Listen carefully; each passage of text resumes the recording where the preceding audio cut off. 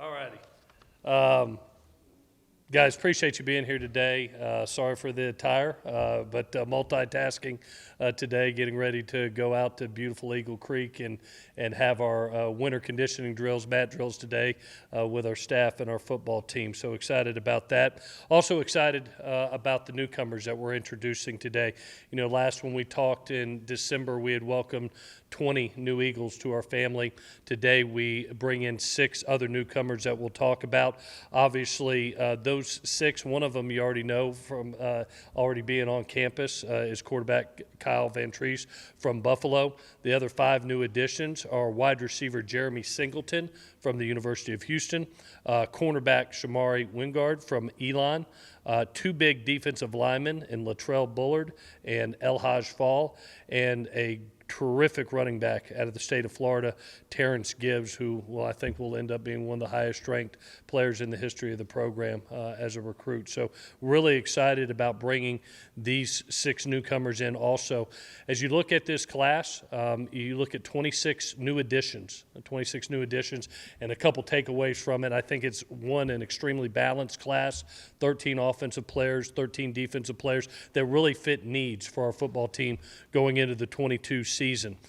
It was a class where we didn't sacrifice our future. I see a lot of teams that are out there really diving into the portal so much, and we really believe in development here, and especially development in the state of Georgia with high school players. So as you break down this class, you're looking at 22 high school players, 4 transfers that really kind of fit needs for us. You know, putting in a new offensive system, we decided to go out and get an experienced quarterback from Buffalo and Kyle, bring in an additional experienced receiver with Jeremy from Houston. In losing C.J. Wright on the defensive line to the NFL, we decided to bring in an interior player, defensive lineman in this class with Christian Varner. And then, you know, obviously going to a new defensive system that has a ton of nickel packages in it, we've brought in another cover guy in Shamari Wingard. Out of the 22 high school players, we really stayed true to the state of Georgia. I mean, you're looking at 19 of these signees are right here from the state of Georgia. And one of the things that we kind of found in going through this process is how so many Georgia players are getting overlooked. I think for really 2 cases. I think a lot of teams are going within the portal, but also, you know, due to COVID, I think the amount of camps that didn't go on and really events, recruiting events that didn't go on, there was a lot of kids that are really hidden in the state and a tremendous amount of talent. And as we looked at that talent and how well coached they are and how college ready they are, we're so proud to welcome 19 of Georgia's sons right here to this great university. We also left ourselves opportunities for future players after spring football. You know, we are allowed 25 initial scholarships, and with the new college rule of the +7 due to attrition, we can take those opportunities now to go through spring ball, to evaluate our team, see if we had any injuries in spring ball, see what additional needs that we need to be able to still garner some recruits that can come in before the 22 season. I'd like to thank our staff for the tremendous hard work that they put into this.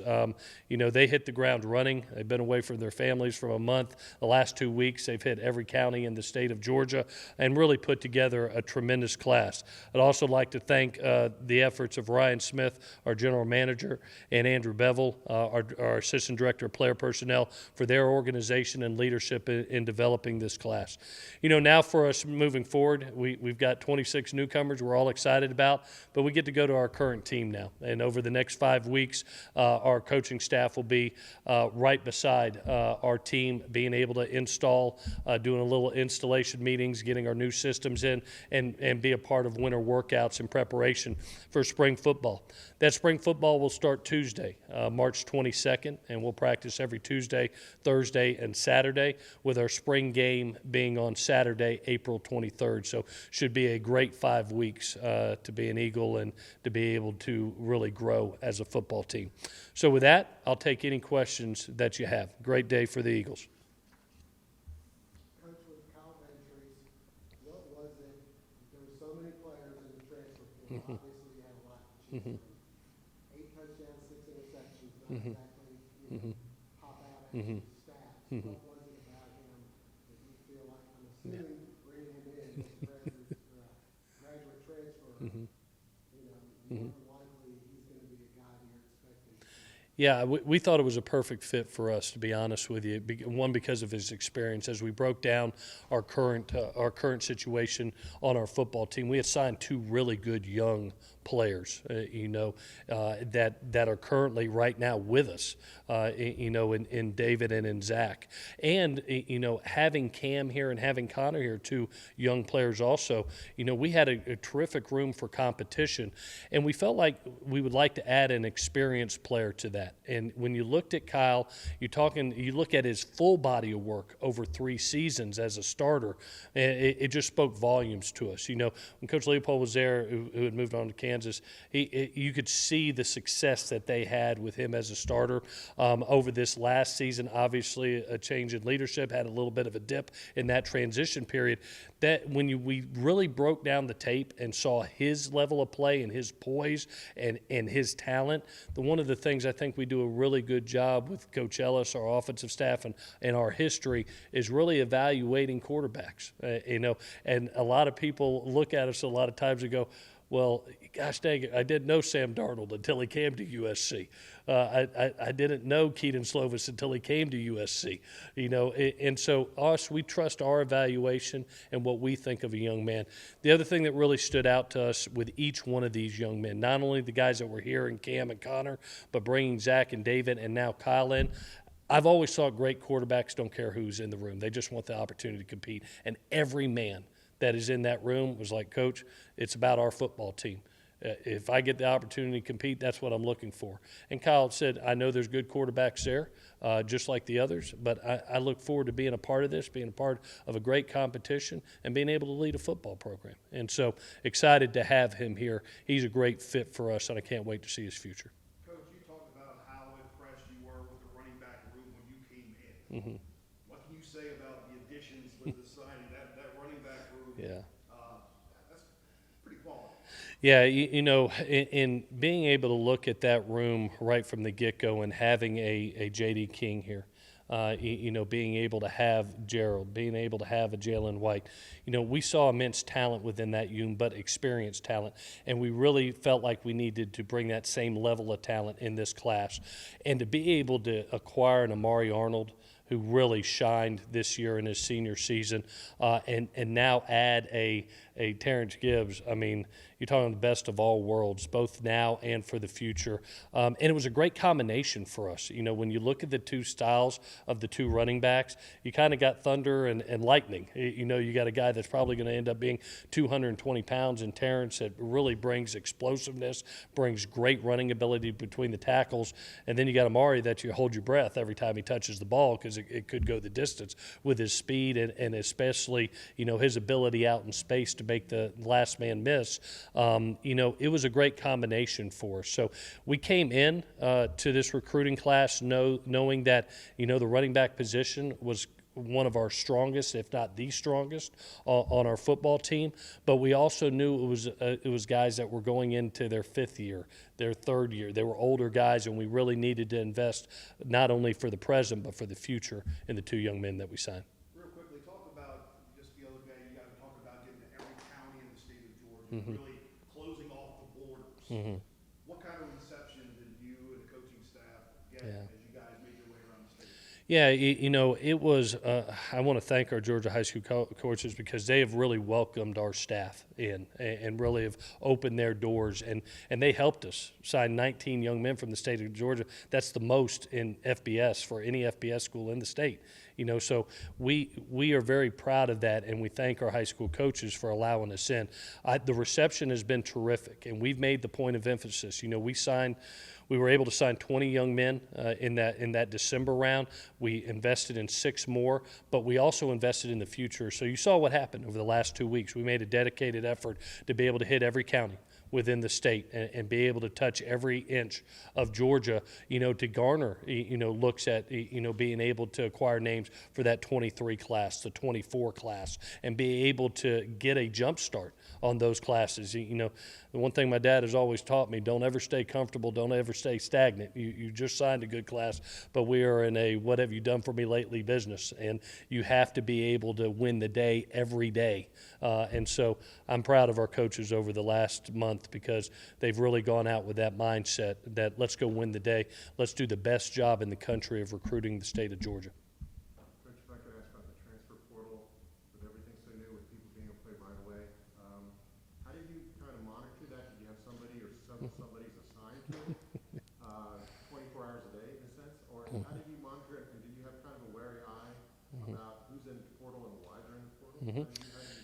Yeah, one, I'm very thankful on a couple fronts there.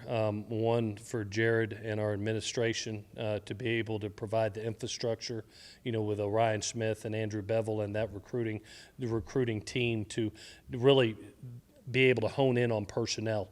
There's the art of recruiting, but there's also the art of evaluation and personnel. So to be able to have a Ryan Smith and Andrew Bevel, that's their daily emphasis of being able to acquire names. And you look at a lot of names, there's still over, I think the stat was over 600 names that are still today, FBS players that are in the portal today.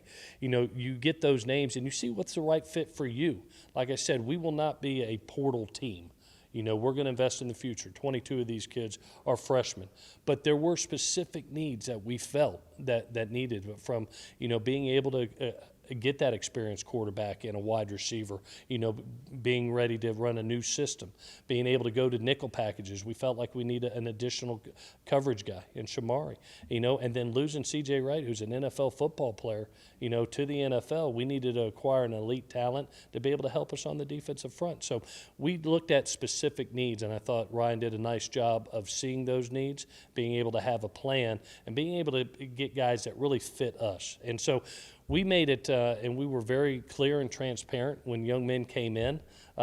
We said, you're evaluating us, and we're evaluating you. As far as it's all about fit for both sides. Because when you're dealing with older guys that have 1 to 2 years left, you want it to be the right fit, and they're coming here for a reason. And we felt like we found 4 guys that really are a tremendous fit for us. For us, we know that we have to do a great job within our state, and to be able to build relationships, we have to recruit our state harder than anybody. I think there's 2 ways that we're going to be successful. One, pick the areas where you can be the strongest, and that's obviously the state of Georgia and the attached states, and then produce a winning football team. That helps you garner talent. You're only allowed to sign 25 a year. And there's tough decisions that have to be made. And when a young man does, we want him to be able to commit to us, and we're committed to him. We want him to be a part of our family, and so, yes, we do put offers out there to young men that we feel that fit us. Now, when you see the quality of talent of the guys that we offered, it's not just Georgia Southern. It happens to be several teams that they're looking at right now. And you throw your hat in the ring that, man, this is a unique person. This is a special person. It's a special player. It's a special student. And we want to throw our hat in the ring and compete with anybody and everybody. That's going to be our stance and our standard, that it doesn't matter which team it's against, we're going to compete at the highest level. We may get told no a lot of times, but the ones that say yes are going to be a special player that can come here and represent this university, represent our team, and produce wins. That's a great question. Thank you for that. You also had a lot of kids that decided to stay around for an extra year. Your thoughts on the guys here that decided to stay? Yeah. Well, I tell you, and I thank Jared again. I go back to that month of November, and I know that was a very unusual month for a head coach to come in that early. But I think about the investment that was made. The greatest gift you can give somebody is your time. And to be able to have that time to be able to build relationships within our current team, to show them a vision of where we can go to be able to recruit. I don't think a 26-man team happens, 26 newcomers happen with the quality that's here if you don't have that month, because relationships were built, And so to be able to have a Dylan Springer and a Justin Ellis and those gentlemen that chose, there's several others that say, you know what, Coach, we want to be a part of this. We want to be part of a change, of building back a program that has such a special tradition, that had a little bit of a dip, and we want to raise it to a standard that not only is winning Sun Belt championships, but beyond at a national stage. Then we're excited about being a part of that. And you've got to have time to be able to sell that vision and to be able to lay out, this is who we're going to be. But most importantly, not only did they stay, what I'm really impressed is the leadership that they're doing in this winter workout. It is not easy when you're talking about a Bobby Steiner, winter workout program. It's going to get ready to be a lot of fun over at Eagle Creek here in a little bit. But I appreciate their leadership and their attitude. That not only did they stay, they're leading in the right way. Coach, just real quick, we watched the video of Gibbs committing to Georgia Southern. A lot of eyes on it. He's got Georgia Southern hat, he's got a Florida hat, he's got a Texas hat, he's got a Florida State hat. To watch a young man like that pick up that Georgia Southern hat, you're building that brand. What did that moment kind of mean to you? Yeah, it just reminded me, just like I said earlier, that we have to compete to do what we want to do and become a national program. Not only winning Sun Belt championships, but to be on a national stage, you have to recruit at the highest level, and you have to be willing to compete. And just like I said, there'll be a lot of no's, but there's going to be some yeses. And when a Terrence Gibbs says yes and decides, you know what, I'm going to leave the state of Florida, I want to be a part of something special, I'm going to say no to some other folks and be a part of this family, that's a special thing. And so, it made the hair stand up on the back of my neck, because that's a special player that can really help our team, not only now but in the future. It just reminded me how important it is to compete against the best of the best in the country. Why do you feel you got it? I think a little bit of special situation. When you look at Terrence's sophomore tape, he was easily one of the top 3 running backs in the country going into his junior year. Suffered an injury that provided limited tape, got to play the last half of his basically senior year, and you could really see his health progress. Some people might have fallen off, and some people studied the type of person, the type of student, and the type of man that you were getting. And so, as people were continuing to recruit him, I think he saw where, man, there's some really true opportunities at some special places, and this was one of them. He came up, he checked it out. I thought that Matt Merritt and our offensive staff did an unbelievable job of building a relationship with he and his family, and sometimes it's just a great fit. And when he came up here, you could just feel the fit for that young man, And so as we went forward and he saw the love we had for him and the love that he had for us, as teams tried to come back in late, he said, sorry, guys, I'm going to Georgia Southern. That's a special place with special people, and that's where I want to go. And so that makes me extremely happy to welcome such a talent. And I think we'll look up 3 to 4 years from now and go, wow, that we'll remember the day that he signed.